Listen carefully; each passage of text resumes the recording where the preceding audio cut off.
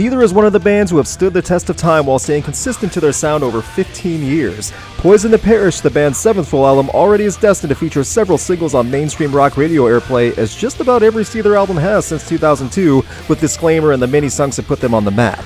I myself have not kept up with Seether throughout the years as devotedly as their large fan base has. My introduction with Disclaimer definitely got me to notice them as something, but I admit I found the band as hit and miss depending on the album or radio single that was frequently featured.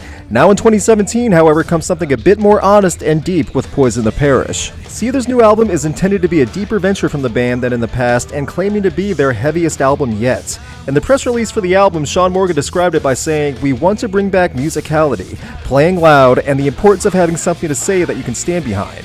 It's about honesty in your music." On paper, this sounds fantastic. A band who has been all around the world and had successful albums and awards earned, all while keeping a respected name in the world of rock, is going to release an album that is honest. In a world of gimmicks and pandering to a dedicated audience by faking your image, in comes a successful band like Seether wanting to make real music that can connect with someone. What people will be drawn toward on Poison The Parish is the advertised heavier style. The promoted singles Let You Down and Stoke the Fire definitely show Sean Morgan and his screaming elements. The music behind him in both of these singles flows from a groove to a hard rock chorus. Stoke the Fire especially works as an album opener because of that grooving into a growl.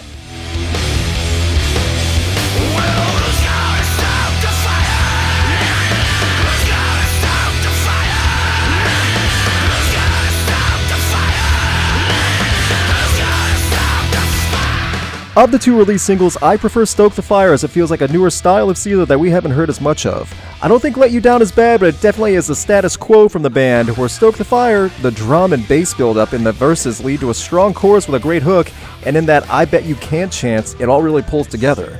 The bridge into the repeated "Who's Going to Stoke the Fire" being screamed just tops it off. The first half of Poison the Parish follows suit in this harder style. The second track, Betray and Degrade, sounds similar to the single Let You Down in style, and I'll Survive has the same groove into a loud chorus like Stoke the Fire. It's after the heavier tracks play when this album shines though, as it's some of the slower and more melodic songs that are the most memorable. While I was listening through Poison the Parish, I would come across songs like Against the Wall, Emotionless, and Sell My Soul and not be able to get past them without an immediate second listen. Lyrically, these songs prove the emotional honesty that was talked about, and they will be the gems that come off this album. Against the Wall especially is one that needs to be sought after and could possibly be a future single that shows Seether in a different light.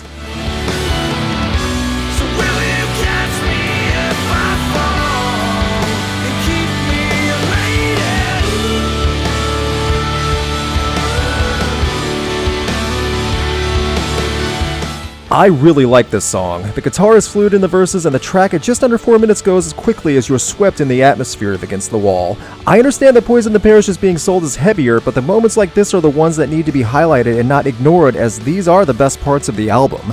The heavier tracks throughout Poison the Parish, especially as the album goes into a second half with tracks like Nothing Left and Count Me Out, start to sound extremely similar. It gets repetitive quickly. The redeeming qualities, though, are the slower songs with a great build and overall lyric writing throughout the album, which is a huge step up from Seether from the past several albums.